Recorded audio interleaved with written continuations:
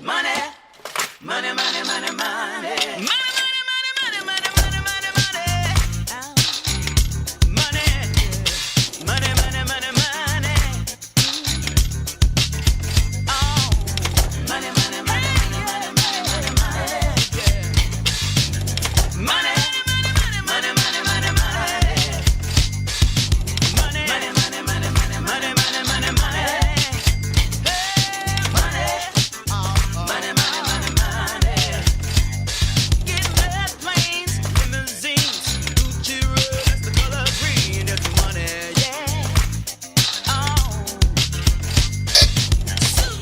Hello everyone, I am NateFNGreat. Welcome to this edition of the Game Changer Pro Talk Wrestling. This is indeed your Money in the Bank post-show live. And all I have to say is, what the fuck did I just witness? So, yeah, Money in the Bank has come, it's gone, and it's left quite the interesting, would I dare say, lackluster taste in everybody's mouths? Yes, especially at the end, because apparently they decided that Brock Lesnar needed to be champion again. I will get into that in just a bit, you guys. So, let's go right into some of the matches here. Also, after I do that, I will also be talking about the Game Changer Championship as well as the Golden Opportunity situation. Who in fact won, who in fact became victorious. You'll find out all that later on in the show. But we have to talk about Money in the Bank. So, happened in Hartford, Connecticut. So we kicked off with the pre-show. We had the Usos defeating the Planet's champions, Daniel Bryan and Eric Rowan. This was a pretty average matchup. Nothing really too spectacular. It was everything you kind of imagined it would be. Some points got a little bit exciting, but nothing exactly too thrilling. Nothing was exactly too, awe-inspiring. Nothing really just kind of stood out as like, oh, this is going to be absolutely great. It was okay. It was nothing really too crazy. I gave this one a solid C. It just was, again, nothing too exactly exciting. Just was a regular matchup. So, with that, we go into the main card, which meant that the Cruiserweight Championship got put on the main card, which was a shock to me, but I was very happy about this. I will tell you guys this, that it was one of those things that I thought the Cruiserweights definitely earned. Maybe they also had to do something to add more filler to the card. Who knows at this point, because there was one part in there that I did not enjoy, but at the same time, we got a good matchup out of it. I'll get to that when we get to that. We kicked off the show with the Women's Money in the Bank ladder matchup. Of course, you had the participants, Carmella, Bayley, Ember Moon, Mandy, Dana Brooke, Natalya, Jeez Louise, I'm drawing a blank on the two last names that were on here. Alright, hold on. Because I gotta get these names. Otherwise, I'm gonna be kicking myself in the butt. But yeah, they kicked off with the Women's Money in the Bank. I put in WWE Bank. No, it's WWE Money in the Bank. Jeez Louise. I do apologize. All right, here we go. Who in the hell did I miss? Naomi and Nikki Cross. Oh, geez, that was crazy. Okay, so basically what ended up happening here, for a lot of people that knew, Alexa Bliss unfortunately suffered an injury, and she had to be replaced by the one and only Nikki Cross. The match itself was really good. It was an awesome way to start off and really get everybody hyped up for this. Natalya did a double slingshot to Carmella, and then she tried to do another one to Naomi, who counters into I think it was a diving dropkick. But during the matchup, Carmella actually got injured, and she was taken to the back, but she would eventually come back out. I kind of think of it as the match with Ric Flair at the Money in the Bank, the second annual Money in the Bank, where he was taken out of the equation early, but then he came back. it was not one of those things where it was like, oh, she's guaranteed to win. It's like, no, she was just kind of had her moment, and then that was it. A lot of great spots. Nikki Cross doing the helicopter with the ladder was a great spot. We also had a great moment with the... I'm trying to remember. Oh, with Ember Moon. There's a spot where everybody got tossed off the ladder, and then Ember Moon hit the Eclipse on Natalya, which everybody was just like, holy shit, holy shit. Everybody had not seen Ember Moon hit the Eclipse in so long. I think it's been a long time since we've seen and forgotten that she hits that move as her finisher, that everybody just got into it. Mandy got taken out by Carmella when she made her comeback, but then Sonya got involved, took out Carmella with a spear. That was a very brutal spear, too. The way that Carmella sold it, oh, that was good. Sonya was going to grab Mandy. She's got her like in the Simone drop position. She's just carrying Mandy up close to the top, and it looks like Mandy Rose is about to pick up the victory. When Bayley goes to the top, she stares down at Mandy and Sonya, pushes them off, retrieves the briefcase. Bayley is the winner of the Money in the Bank matchup. I gave this one a B+, even though I'm not big on Bayley anymore, even though I would have wished somebody else would have done that. I give her credit where credit is due. She definitely earned this spot. She definitely earned this opportunity. She earned this victory. It was a good matchup, and I think it was honestly the outcome. The question was she going to cash in later on tonight? Well, we'll find out. Next up, we have... Oh, dear Lord, we're already going downhill. Before I go into that, Naomi was actually dressed up like a bee. I'm not even kidding. She was literally dressed up like a bee. Her top had the yellow and black stripes. She had the black bottoms. She had like these two buns in her hair. I honestly thought that she looked a bit like Domino from Deadpool, the way that it was kind of molded, but it was still a good look for her. It was kind of cool to see that, and sucks that bee didn't help her fly to victory. But yeah, I wanted to get that positive note out of the way because, this is where things just started getting rough. We had Sami Zayn talk to Triple H. He wants to make sure that, that he has security, that Braun Strowman's going to be fine. And Triple H says, don't worry about it. Braun Strowman has been banned from the building. You don't have to worry about that at all. And he just says, if you want your own security, tape your fists and go get ready for your match or something like that. It was kind of a nice little interaction. It was nice to know that Triple H is still a part of the backstage deal, but this was kind of like a meh deal. I'm delaying this. Ladies and gentlemen, this is where things started going downhill. We had the United States Championship matchup featuring Rey Mysterio challenging Samoa Joe. This matchup went on 1 minute and 39 seconds. Let me repeat that. 1 minute and 39 seconds for this matchup. And it had nothing but controversy at the end. You want to know why? Because Rey Mysterio, during this matchup, got literally slammed and destroyed by Samoa Joe. Samoa Joe, somehow, he got busted open like right above his eye. Right below his eye, I mean.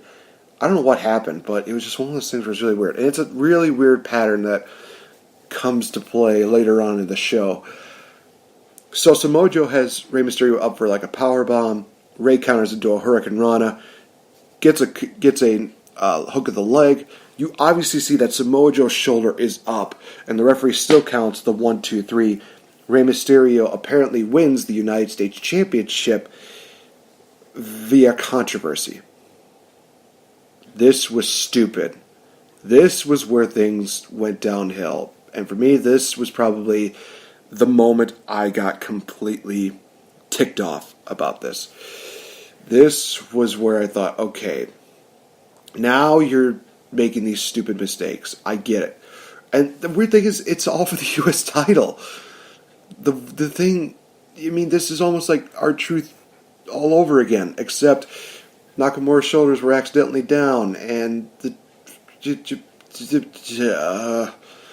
I know that Cody Rhodes has done a deal where he said, well, never argue with the refs. The refs are always right. Yeah, not in this case, Cody. I hate to disagree with you, but this is one of those moments where I do not agree. Ah, boy. Okay, so that happens. Rey Mysterio is your new United States champion. Dominic comes out and celebrates with him. Yay. Samoa Joe then beats down on Rey. And it kind of previews this idea that, it's going to be Dominic versus Samoa Joe in the future. Who knows? Even with that beatdown, which I thought was justified, I gave this matchup a solid F. It was a failure of a matchup. The finish ruined everything. Had we had some other great moments in this matchup, it probably would have gotten a higher deal, but this was just a failure all around. Shame on you, WWE. Shame on you. We have a backstage deal. Braun Strowman's hunting for Sami Zayn. We go into the next matchup, which is the cage match featuring Shane McMahon going up against The Miz. Now, for this, I basically said on Twitter that after the U.S. title deal, this matchup can only go up at this point. There's no way that it could get worse. Not shockingly enough, I was right. We had Shane McMahon being down on The Miz. We had The Miz getting a lot of great spots on Shane McMahon. Shane actually introduced a chair into the ring, but Miz was able to get it and just beats down on Shane McMahon. We have Miz hitting a skull-crushing finale on Shane for a 2 count, and then Shane got his foot on the rope, and apparently that counts as a rope break, even though there are no rope breaks, or as Michael Cole likes to say, there are no DQs in steel cage matches. That's not a DQ, that's a rope break, you idiot. You've been doing this for how many years? And how many times have you seen a rope break? Plenty of times. Bottom line. So that was where people got really sour about that. They thought The Miz should have won. Miz was going for a skull-crushing finale off the top rope, which would have been awesome to see. It would have been like half of my dreams coming true. Like I said, I've been talking about wanting to see Shane McMahon get skull-crushing finale off the top of the cage. But if this would have happened, I would have loved it. We see Shane McMahon climb the cage, and honestly, oh my gosh, this moment was pretty crazy. Miz and Shane were fighting off the top of the cage, and Shane gets thrown off of the cage into the ring, hits the mat, and it literally looked like he bounced off of it too, so it was just a brutal spot. We see Miz get back in the ring, hits a frog splash for a near 2 count. Shane and Miz battle against each other a little bit more. We see Shane go for the escape. Miz tries to stop Shane McMahon from winning, but he grabs his jersey when he's on the other side. Shane slips out of the jersey, hits the ground, escapes, and wins the matchup. Shane McMahon escapes the cage and wins. I gave this one a solid B, even though there were a couple of screwy things in the matchup. As a match itself, it was still pretty good. It was just as good, maybe slightly better than their match at WrestleMania. There were some points in which I honestly thought they were going to do a superplex from the cage to the ring. Oh my gosh, that would have been amazing. But unfortunately, that did not happen. Oh well. You win some, you lose some.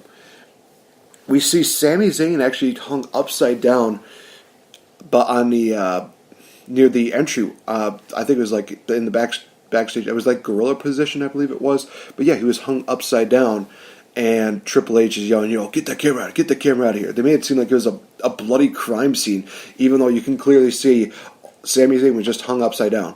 That was it. It wasn't like he was, getting crucified or something like that. Paying no homage to ECW. Yeah. We go into the Cruiserweight title matchup, which featured Tony Nese defending against Arya Daivari. A good matchup. This is a kind of matchup that I don't think really personifies what the Cruiserweight division was all about, but it was still good. It was still good because you got, basically, as one of my friends on King of the Ring podcast, chat calls him, a wrestler who looks like Jesus. I mean, somebody's going to have to probably start calling him like Tony Christ or Jesus Niece, something like that. Tony Christ it is. Took on Arya Daivari, who kind of sported a bit of an Alberto Del Rio type deal, but a younger deal. And I said on Twitter that, this is great. He comes out with the car. Nobody's ever done it. What about Alberto? No one's ever done it. I'm burying Alberto Del Rio under the rug, and it'll never, ever be dug up again. Like I said, the match itself was really good. There's a moment during this where Arya Daivari did a really good combination. I'm trying to remember what it was exactly. I think it was like a top rope move that he falls.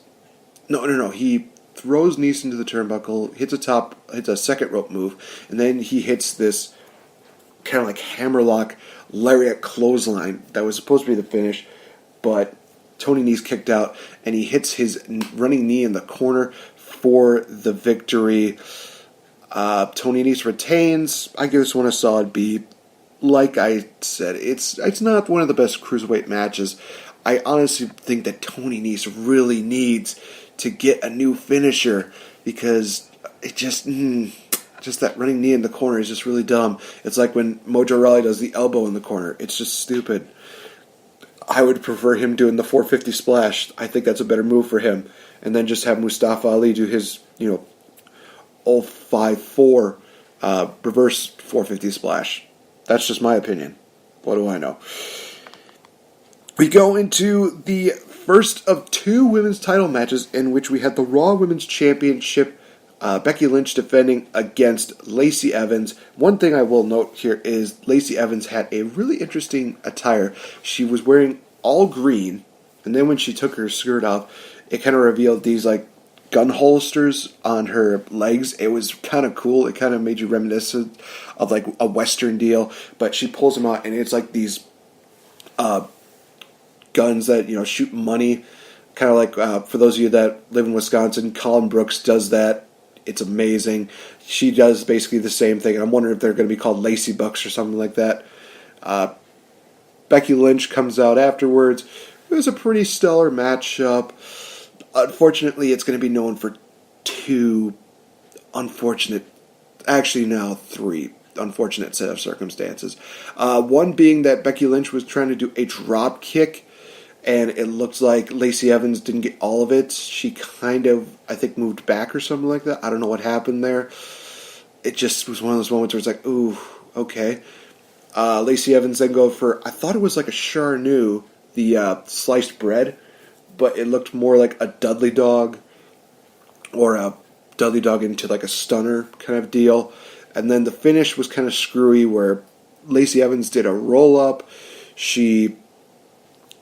It seemed like she had the 3 count, but Becky Lynch was able to reverse it into a disarm her. Lacey Evans taps out immediately. Becky retains the Raw Women's title. Gave this one a C+, even though the screwy stuff happened, and a lot of people are not going to really be very faithful when it comes to, Lacey Evans. They're going to be like, oh, she screwed up in her first women's title. It's still her first Raw. I think it's actually her first women's title match. I don't even think she got one in NXT, if I'm not mistaken. So there was a lot of pressure on her, and I guess some of the moments that she wanted to have happen didn't work out. Other than those 3 moments, it was still a good match. I enjoyed it. We then waste no time, because as soon as Becky Lynch is leaving the ring, Charlotte comes out and she's like, no, you get back in the ring, little lady. Get back in the ring, man. Because we're going to have our matchup right now. So we go right into Becky Lynch versus Charlotte for the SmackDown Women's Championship. This was a better matchup, obviously. It is what you would expect from Charlotte and Becky. They know each other so well. They had moments where they were countering each other moves. One in particular was Charlotte was going for the natural selection on the apron, but Becky was able to hold on to ensure that she did not get taken out by that move. Thankfully, the matchup, like I said, was good. But after that moment, that's where things kind of really got a little, I guess you would say messy, but same time, I don't want to say messy. But Lacey Evans, off a referee's distraction, she hit the women's right on Becky Lynch. Becky's in the ring, and Charlotte goes for the finish, but Becky counters into a small package for a very, very close 3 count. Charlotte's able to hit a big boot for the 1-2-3. Charlotte wins the women's title. She's now a 9-time women's champion. And then we have Becky Lynch being beaten down by Lacey Evans and by Charlotte, when out comes Bayley. She comes out, she evens the odds a bit, but she also gets beaten down a bit by Lacey, as well as by the new SmackDown Women's Champion Charlotte, but then Charlotte gets a little bit too overzealous. Charlotte goes for a attack on Bayley. Bayley's able to counter. Charlotte hits her face on the turnbuckle, and then we see Bayley looking at the briefcase, and this is where it gets to be kind of weird, and this is one of the reasons why I'm not so keen on Bayley, I'm not so high on Bayley, was that she does this deal where she sees her briefcase and she's like, ooh, I don't know, should I do it? Ooh, I don't know. But then finally she grabs the briefcase and then she's like, okay, I'm cashing in. She pulls Charlotte into the middle of the ring, goes to the top rope, elbow drop, 1, 2, 3. Bayley is your new women's champion of SmackDown. The place is going nuts. Everybody in the arena is happy to see that. And of course, we have had back-to-back women's briefcase holders cash it in on the exact same night. It is stupid, and I hate that. But I'm combining these two matches because they're kind of one and the same in a weird way. I gave it a solid B. The match between Charlotte and Becky was really good, and honestly, the way that Charlotte and Bayley happened was good as well. I do agree with my co-host Max Beatty at Agent Blocked. He kind of mentioned the idea of having Becky retain and having that temptation that Bayley could have to cash in on that, women's title, and maybe even just cash in there. Maybe it's one of those situations where Bayley turns heel, or maybe it's just one of those things where she's like, I saw an advantage. You would have done the same thing, and Becky could have been just like, no, I get it. I totally understand that, and it just would have made more sense. We could have had that still brief hope that we still get that Becky 2 belts deal. It just made more sense, but it is what it is. We then go to another backstage deal where we had Braun Strowman basically be ejected because Triple H says, "Oh, you did this. You hung up Sami Zayn, and you made sure that he doesn't get involved in the matchup," and blah, blah, blah. And Braun, of course, just says, "I don't know what you're talking about." So there's a chance that Braun's not the one who did this, and it could be Bray Wyatt. You don't know, but we'll find out probably tomorrow night. I don't know. It's wishful thinking. We also go to the backstage deal because Elias attacks Roman Reigns with his acoustic guitar. Then he goes out, he plays on an electric guitar. Bash is, of course, hard-furred, basically talking about how, I think it was the Whalers, if I'm not mistaken. It was like a hometown team that just left the city entirely, and that was it for Elias. He tries to leave the ring, he goes up the ramp, and he does this deal where he's like, "Oh, I want everybody to remember my pose." His pose is just his arm goes up.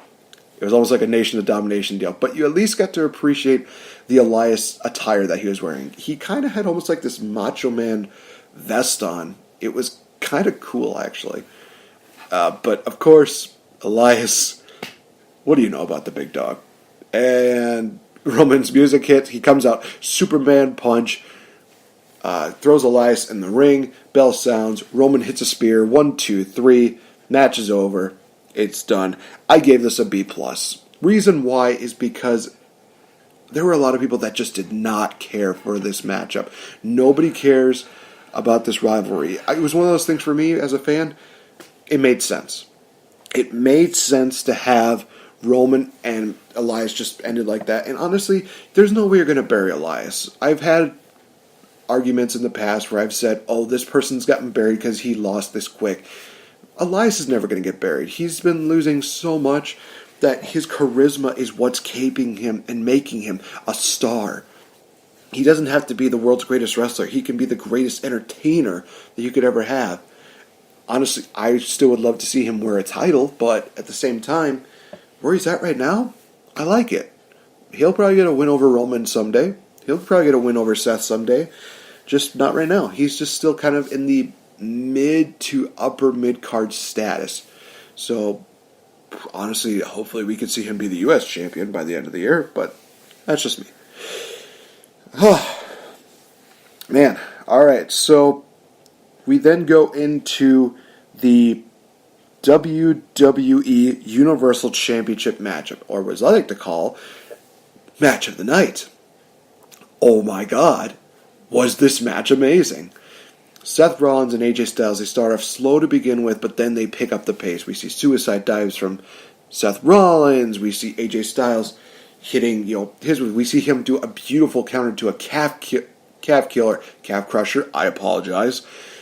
We see Seth Rollins able to counter moves like the Styles Clash. We see this moment where Seth Rollins goes for the curb stomp. AJ Styles counters into the Styles Clash. We see a lot of these really great moments and just a lot of great stuff in the end. And the finish was, oh boy, très magnifique. We see Seth Rollins hit the Revolution knee. He hits a super kick, and then he hits a stomp. And 1, 2, 3, AJ Styles loses. Seth Rollins retains. The end of the matchup, we see, Seth Rollins, he's celebrating, he's doing good. AJ Styles comes back in the ring. Seth Rollins and AJ have that stare down between the two of them. Seth Rollins raises the title above his head, puts the belt down. AJ extends his hand. We see a show of mutual respect between the two of them. Great moment. Solid A+ matchup here.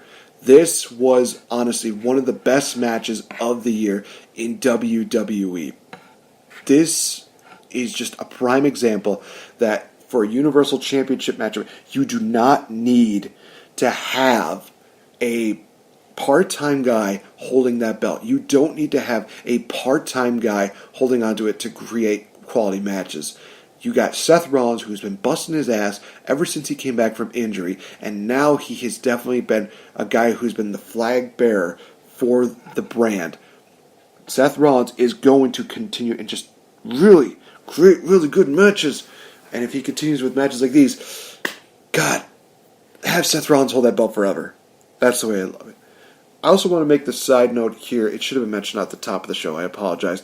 WWE did do a small tribute to Ashley Massaro to start the show. Of course, a lot of people know Ashley unfortunately passed away a few weeks, almost about a few days ago, actually. And again, thoughts and prayers go out to the Massaro family.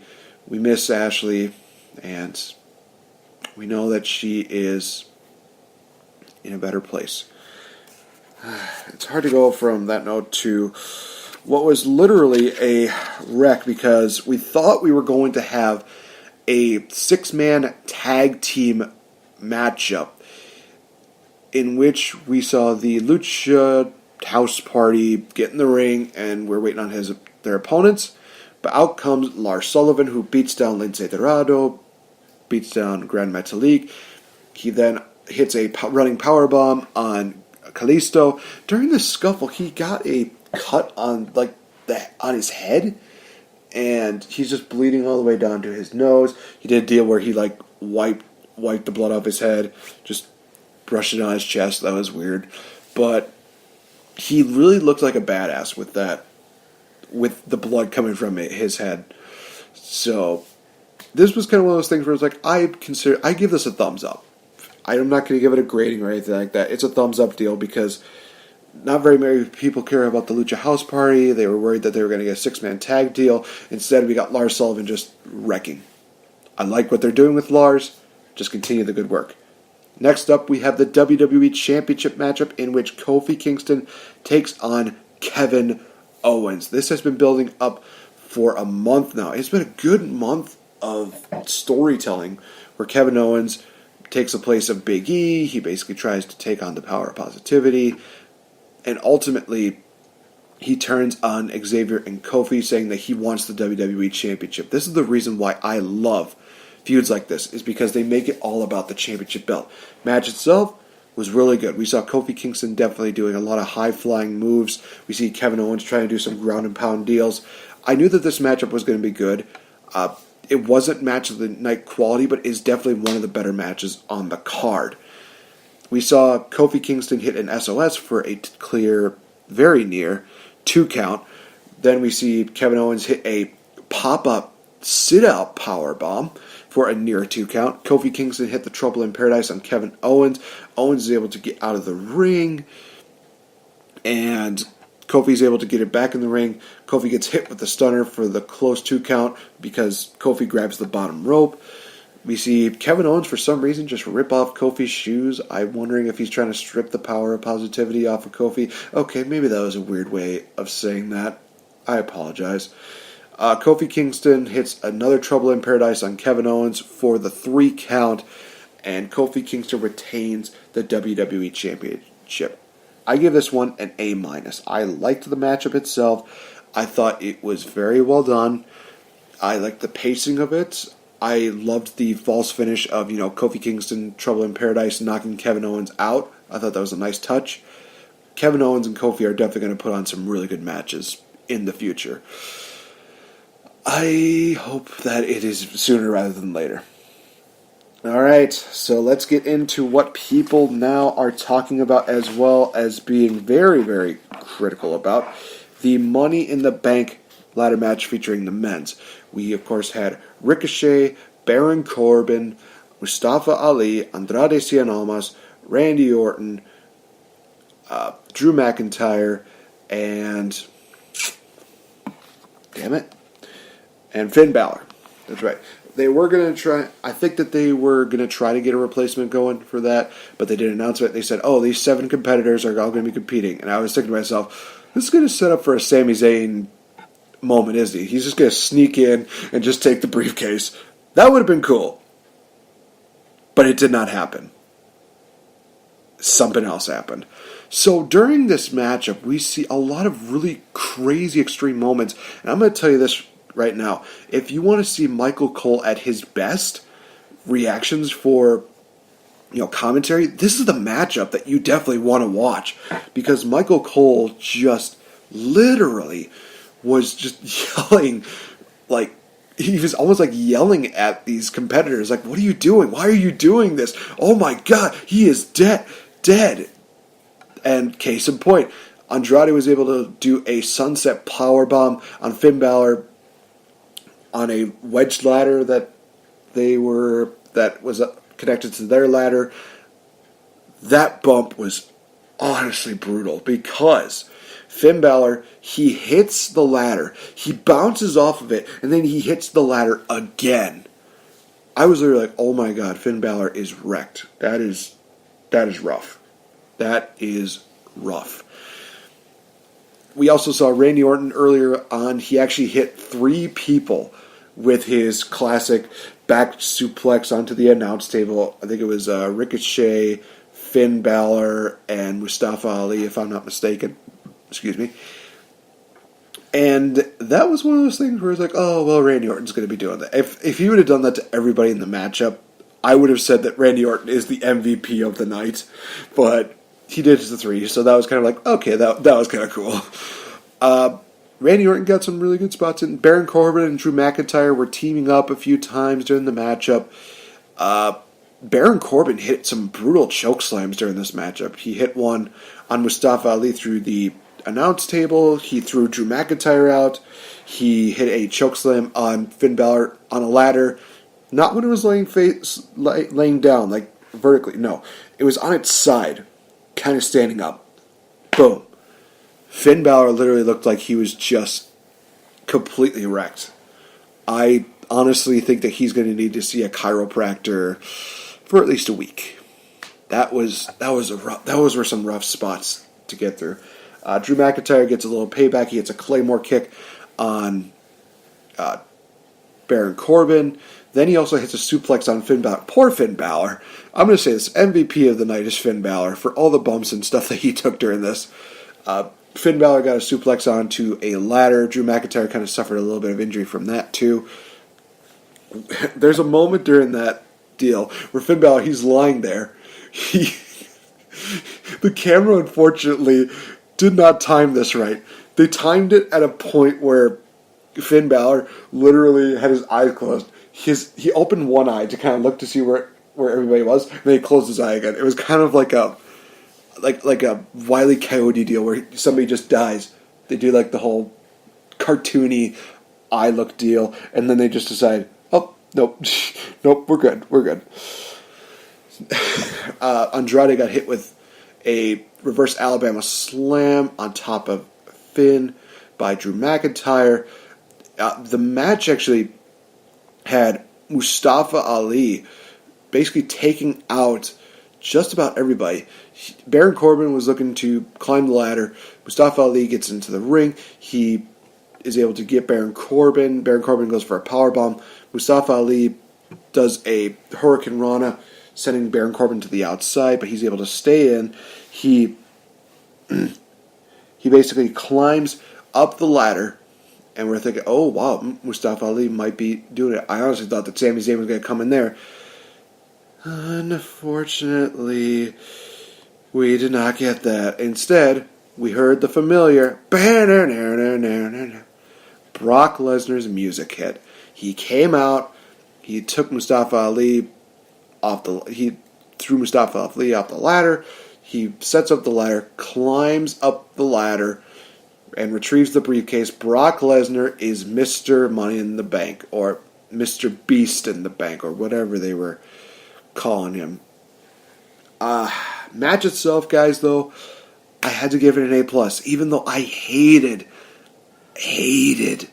the finish of that event. I just loved the rest of it. It was just those last 10 seconds I hated. But other than that, it was a really good matchup. These guys were just literally killing each other and proving that people go to extra lengths just to get that opportunity to become the Money in the Bank holder. It was just absolutely phenomenal to see that. Alright, so final grading for this event. I gave this I'm going to give this a B-, because, yes, there were a lot of people that did not like this. There were a lot of people that are saying that, oh, this is a shit show. And compared to, of course, Game of Thrones, which apparently, from what I've heard, a lot of people didn't like how it ended. I will say this, that there is still good that you can take out of this event. Of course, some of the good involved the Money in the Bank matches. The 2 world title matches were phenomenal. I personally liked the SmackDown Women's title over the Raw Women's title. I'm sure a lot of people did too. The Bayley cash-in moment was great. I love that Roman Reigns versus Elias was just a quick boom, done. We had the match between Shane and Miz because, yes, even though people want to see Miz go on here, Miz is still making this feud work. So I'm going to give that a positive note for the Steel Cage matchup. The Cruiserweight title match was really good. I loved a lot of the stuff that they did. Now, when we go into the stuff that I did not necessarily like, well, like I've said, the U.S. title matchup I thought was a complete bust. I thought that was a failure of a matchup. The match on the pre-show was a bit of a waste because now I don't know, it's really just saying, hey, this whole, wild card rule is just a bunch of BS. We had the Raw Women's title matchup, which was not that good. And then we had the finish to the Money in the Bank men's matchup, which wasn't that good at all. I just didn't like it. And I know a lot of people didn't, except for people that are Brock Lesnar fans, because they're probably creaming their pants right now. I guarantee it. I just know these things. So, with me doing the review for Money in the Bank, hopefully you enjoyed that. Time to go on to business. Now, obviously, I have been doing this deal where there's been these prediction battles for a Game Changer Championship. There's also been these deals for a Golden Opportunity deal, which is basically works the same way as Money in the Bank. So I'm here to announce the winners of that. So for the Golden Opportunity matchup, we had myself, Mr. Fretz. We also had Taylor, Ambrose, Moose, as well as Max. I'm here to announce that the winner of this, with 18 points at the end of the night, was Mr. Fretz. Congratulations, Mr. Fretz. You have an opportunity at a Game Changer Championship match that you can have at any prediction-based deal. We go into the triple threat matchup for the Game Changer Championship, and the results between Mr. Kobe, Nick, and Chad was very close to start off, but in the end, your winner with 18 points was Mr. Kobe. Now, that means that he is the new champion and that he will be taking on Mr. Max BB Agent Cooper at the Double or Nothing event. So here's something that I know is going to be a very controversial, but I also felt like this was a fair judgment call. Anybody who had Sami Zayn ranked in there, I basically had whoever had, Sami Zayn, and however, okay, let me start over. So, we have this deal for Money in the Bank winners where we have most likely to least likely. If your most likely wins, you get that maximum amount of points. If your least likely wins, you get that lower amount of points. So basically, wherever you had Sami Zayn put in, that is where I am substituting it for Brock Lesnar. I know it sounds like a stupid idea, but at the same time, it's one of those things that I thought would be fair. It seemed fair to me. If you don't like it, well, too bad. That is how it is. I make the rules. So, Mr. Kobe, you are the new champion. Congratulations, but hopefully you can get by Mr. Beatty, Mr. Max, this Saturday, as you will be taking on him in Double or Nothing. And I will be also sending a nice little challenge to Mr. Fretz, who is the Golden Opportunity winner. I would like to challenge you, good sir, for that opportunity. I want to face you at Double or Nothing with that on the line. I look forward to hearing what your response will be. So, with that being said, guys, this has indeed been the Game Changer Pro Talk Wrestling Money in the Bank review. Hopefully you guys enjoyed as much of it as you could. Obviously the last few minutes of it were pretty brutal, but all in all, I thought it was a pretty okay event. It had some really good matches, but it did have some downfalls. It did have some pitfalls as well. So, be sure to check us out on our Facebook fan pages. Be sure to check us out on our Twitter pages. Be sure to also give us a follow on there, as well as check us out on Spreaker.com, as well as iHeartRadio, Spotify, Google Podcasts, YouTube, and SoundCloud. And guys, Game Changer is going to be a part of the Wrestle Addict Radio network, and it's going to be a fun time. The release date has not been announced yet, but you can expect it to be in there. You expect it to be announced probably within the next week or two.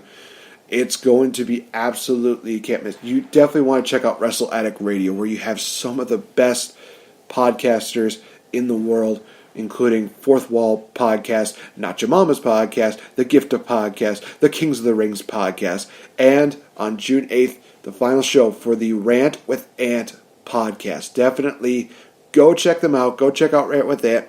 Send them an audio deal in which you give them your thanks, give them a memory, give them a shout out, give them something that their last show will definitely be memorable for them, as well as mean a lot to them. Ant, Phil, Issa, you guys are awesome. Thank you for all the years that you put into wrestling. And just know that we love you, and we are looking forward to seeing what the future holds. So guys, thank you so much. I've been NateFNGreat. You've been listening to the Game Changer Podcast, hashtag Pro Talk Wrestling Edition. Talk to you guys in the next episode. Goodbye.